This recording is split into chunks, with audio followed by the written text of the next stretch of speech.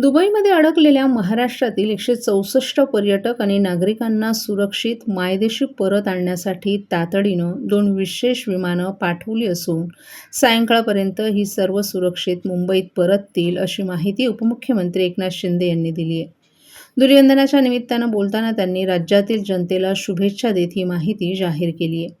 धुलिवंदन आणि रंगपंचमीच्या निमित्तानं महाराष्ट्रातील तमाम जनतेला शुभेच्छा देताना सर्वांना आयुष्यात आरोग्य, आनंद आणि सप्तरंगांची उधळण हो, अशी आई जगदंबेच्या चरणी प्रार्थना करत असल्याचंही त्यांनी सांगितलं. बळीराजा शेतकरी, कामगार, कष्टकरी, लाडक्या बहिणी, भावांपासून ज्येष्ठ नागरिकांपर्यंत प्रत्येकाच्या आयुष्यात आनंददायी बरसात व्हावी, हीच भावना असल्याचंही त्यांनी मत व्यक्त केलं. यावेळी त्यांनी शिवसेनाप्रमुख बाळासाहेब ठाकरे तसंच धर्मवीर आनंद दिघे यांच्या प्रतिमेसही अभिवादन केलं. आनंद दिघे यांच्या आनंद आश्रमात जाऊन वंदन करताना ठाणे हे उत्सवाची पंढरी असल्याचं त्यांनी सांगितलं. गणेशोत्सव, नवरात्र उत्सव, गोविंदा, होळी, धुलिवंदन यांसारख्या सणांची परंपरा ठाण्यात रुजवून ती संपूर्ण महाराष्ट्रात पोहोचवण्याचं कार्य आनंद दिघे यांनी केलं असल्याचंही त्यांनी नमूद केलं. दरवर्षी हे सण उत्साहात आणि जल्लोषात साजरे केले जातात. मात्र यंदाच्या होळी धुलिवंदन सणावर राज्याचे माजी उपमुख्यमंत्री अजितदादा पवार यांच्या दुःखद निधनाचं सावट आहे. तसंच शिवसेनेच्या काही जवळच्या कार्यकर्त्यांच्या कुटुंबियातही दुःखद घटना घडल्यानं यंदा जल्लोष टाळून परंपरा जपण्यावर भर देण्यात येत असल्याचंही शिंदे यांनी सांगितलं. धुलिवंदन आणि रंगपंचमी साजरी करताना नैसर्गिक रंगांचा वापर करावा, असं देखील त्यांनी आवाहन केलं. आणि पुन्हा एकदा सर्व तमाम बळीराजा आहे, शेतकरी आहे, कष्टकरी आहे, कामगार आहे, आमच्या लाडक्या बहिणी आहेत, लाडके भाऊ आहेत, ज्येष्ठ आहेत, या तमाम महाराष्ट्रातल्या जनतेच्या आयुष्यामध्ये आनंदाच्या सप्तरंगांची परंपरा पुन्हा एकदा आईच्या आणि तुम्हाला सगळ्यांना होळीच्या पत्रकारांना देखील मनापासून धुलिवंदनाच्या महाराष्ट्रातील भगिनींना आधार देणारी राज्य शासनाची मुख्यमंत्री माझी लाडकी बहीण योजना. या योजनेअंतर्गत अल्प उत्पन्न गटातील 21 ते 65 वयोगटाच्या भगिनींना मिळणार दरमहा 1500 रुपयांची मदत. अर्ज करण्यासाठी 31 ऑगस्ट 2024 पर्यंत मुदतवाढ. कुटुंबाचं वार्षिक उत्पन्न 2.5 लाख रुपयांपेक्षा कमी असलेल्या महिला पात्र. कुटुंबाकडे पिवळं किंवा केशरी रेशन कार्ड असल्यास उत्पन्नाचा दाखला आवश्यक नाही. पांढरं रेशन कार्ड असेल किंवा रेशन कार्ड नसेल तर कुटुंबाचं वार्षिक उत्पन्न 2.5 लाखांपेक्षा कमी असल्याचा दाखला आवश्यक. योजनेसाठीचा ऑनलाईन अर्ज नारी शक्ती दूत ॲपवरून किंवा पोर्टलवर भरता येईल. ज्या भगिनींना ऑनलाईन अर्ज भरता येत नसेल त्यांच्यासाठी अंगणवाडी, ग्रामपंचायत, वॉर्ड ऑफिस, सेतू सुविधा केंद्रामध्ये किंवा आशाताई बचत गटाच्या CRP यांची मदत उपलब्ध. आता आपल्याला अभिमानानं म्हणता येईल, सुखी आणि सुरक्षित आहे माझी लाडकी बहीण. ठाणे पोलीस आयुक्तालय क्षेत्रातील 5 परिमंडळात होळी आणि धुलिवंदनाच्या पार्श्वभूमीवर ठाणे शहर वाहतूक शाखेनं वाहतूक नियमांचा भंग करणाऱ्या 1681 जणांवर कारवाई केली. पोलिसांच्या नाकेबंदीत 196 मद्यपी चालक तावडीत सापडले.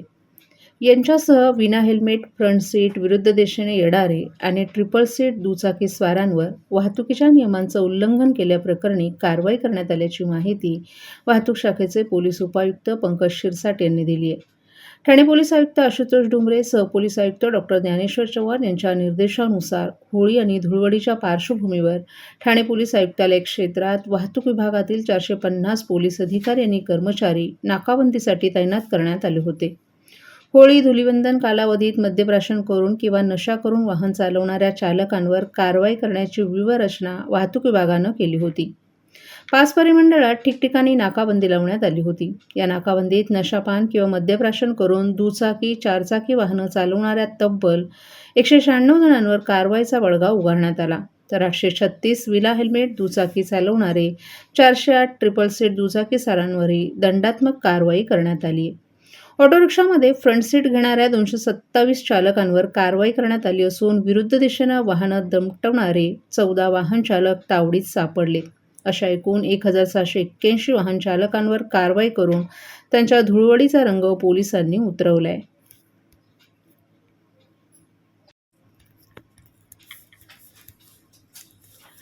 आर्थिक वर्ष 2025-26 अखेरच्या टप्प्यात असताना ठाणे महापालिकेकडे मालमत्ता करापोटी 630 कोटी रुपये जमा झालेत.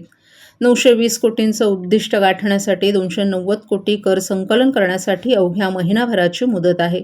त्यामुळे थकबाकीदारांवर ठाणे महापालिकेनं धडक कारवाई करण्यास सुरुवात केली असून 513 मालमत्ता जप्त करण्यात आल्या, तर 223 मालमत्तांना सील ठोकण्यात आलं आहे. इतकंच नव्हे तर कारवाईनंतरही कर थकवणाऱ्यांची नावं प्रसारमाध्यमातून जाहीर केली जाणार आहेत.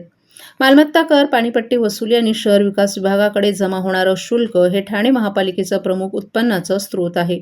मात्र कोरोनानंतर पालिकेच्या तिजोरीमध्ये अपेक्षित कर जमा होत नसल्याचं दिसून आले. खर्च आणि जमा होणारं उत्पन्न याचा ताळमेळ बसवताना प्रशासनाची दमछाक होते. शहरात विविध विकास प्रकल्प सुरू असताना कर्मचाऱ्यांचं वेतन काढण्यासाठीही शासन निधीवर पालिकेला अवलंबून राहावं लागतंय. त्यात झालेल्या कामांची आणि सेवा पुरवणाऱ्या ठेकेदारांची बिलं काढतानाही प्रशासनाला घाम निघत आहे. त्यामुळं पालिकेनं कर वसुलीसाठी कठोर पावलं उचलण्यास सुरुवात केली आहे. मालमत्ता कर विभागाला 920 कोटींचं उद्दिष्ट देण्यात आलं होतं. वर्षाच्या सुरुवातीपासूनच कर वसुलीसाठी प्रशासनानं प्रयत्न सुरू केले होते. त्यामुळे पालिकेच्या तिजोरीत 630 कोटींचा मालमत्ता कर जमा झालाय. मात्र उद्दिष्टपूर्तीसाठी अजून 290 कोटी रुपये कमी पडत आहेत. त्यामुळे महापालिका आयुक्त सौरभ राव यांनी थकबाकीदारांवर कारवाई अधिक तीव्र करण्याचे तसंच मोठ्या थकबाकीदारांची नावं प्रसारमाध्यमातून जाहीर करण्याचे निर्देश संबंधित विभागाला दिले आहेत.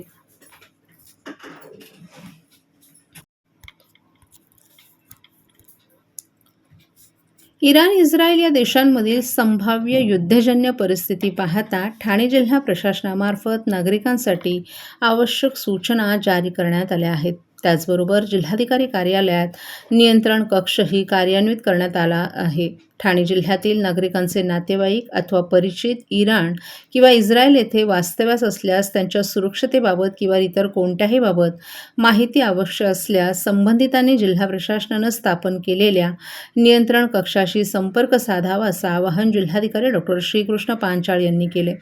या संदर्भात मंत्रालयातील आपत्कालीन संचालन केंद्राशी संपर्क साधण्यात आला असून कोणत्याही नागरिकांकडून इराण, इस्रायल येथे वास्तव्यास असलेल्या व्यक्तींबाबत चौकशी प्राप्त झाल्यास मंत्रालय नियंत्रण कक्षामार्फत संबंधित भारतीय दूतावासाशी संपर्क साधून त्या व्यक्तीच्या सुरक्षतेबाबत माहिती प्राप्त करून ती संबंधितांना कळवण्यात येईल.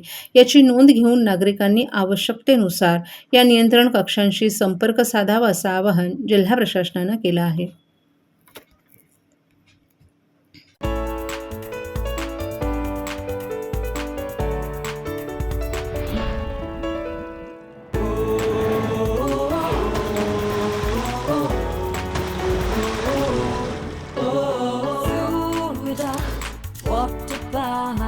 मस्ती करेंगे सारे मिलके मस्ती करेंगे सारे मिलके सूरत वाटर पार्क सब मिलके नाचेंगे मस्ती में सूरत वाटर पार्क तुम बचाते सब मिलके आज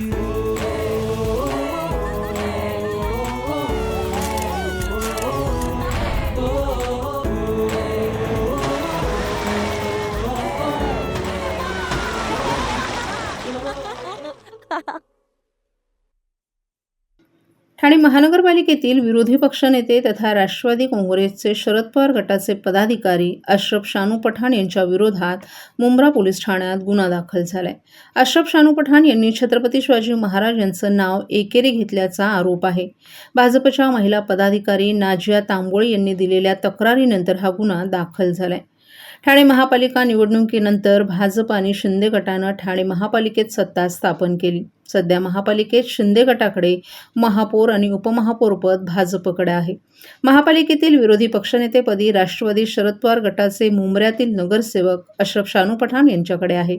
नुकतीच त्यांची या पदावर निवड झाली आहे. अशरफ शानू पठाण हे आमदार जितेंद्र आव्हाड यांचे कार्यकर्ते आहेत.